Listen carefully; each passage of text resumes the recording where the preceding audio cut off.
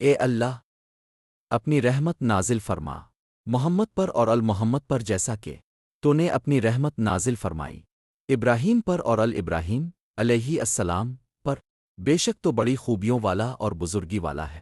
اے اللہ، برکت نازل فرما محمد پر اور المحمد پر، جیسا کہ تو نے برکت نازل فرمائی ابراہیم پر اور ابراہیم علیہ السلام پر، بے شک تو بڑی خوبیوں والا اور بزرگی والا ہے۔ عبد الرحمن بن ابی لیلہ فرماتے ہیں کہ مجھ سے حضرت کعب بن اجرح رضی اللہ عنہ ملے تو فرمایا کیا میں تمہیں ایسا تحفہ نہ دوں جسے میں نے رسول اللہ سے سنا ہے؟ میں نے عرض کیا ضرور دیجیے۔